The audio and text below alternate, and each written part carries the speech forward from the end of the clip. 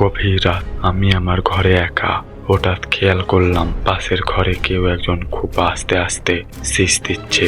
সুরটা খুব চেনা, ঠিক যেন আমার ছোটবেলার ঘুম পাড়ানির গানের মতো।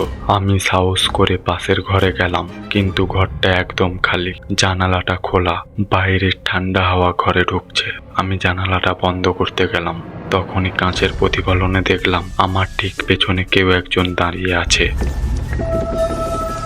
আমি দ্রুত পেছনে ঘুরলাম, কিন্তু কেউ নেই। শুধু ঘরের মেঝের ওপর একটা ভেজা পায়ের ছাপ পড়ে আছে। পায়ের ছাপটা মানুষের মতো নয়, আঙুলগুলো অস্বাভাবিক লম্বা, আর প্রতিটি আঙুলের মাথায় বড় বড় নখের আঁচড়। আমি ভয়ে নিজের ঘরে দৌড়ে গিয়ে দরজা বন্ধ করে দিলাম। খাটের নিচে টর্চ চালালাম, দেখলাম খাটের নিচে কেউ নেই। কিন্তু অদ্ভুত ব্যাপার হলো, আমার নিজের ছায়াটা মেঝের ওপর নড়ছে না। আমি হাতে নাড়াচ্ছি, কিন্তু মেঝের ছায়াটা স্থির হয়ে আছে।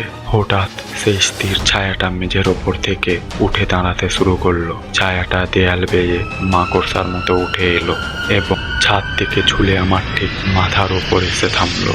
ছায়াটার মুখ নেই, কিন্তু তার সারা শরীর থেকে কালো চটচটে কিছু একটা আমার উপর টপ টপ করে পড়ছে। ছায়াটা তার লম্বা হাত দিয়ে আমার মুখটা চেপে ধরলো। আমি বুঝতে পারলাম আমার শরীরটা ধীরে ধীরে পাতলা হয়ে যাচ্ছে, যেন আমি দেয়ালের রঙে মিশে যাচ্ছি। আমার শেষ চিৎকারটা শোনার জন্য আর কেউ অবশিষ্ট রইল না।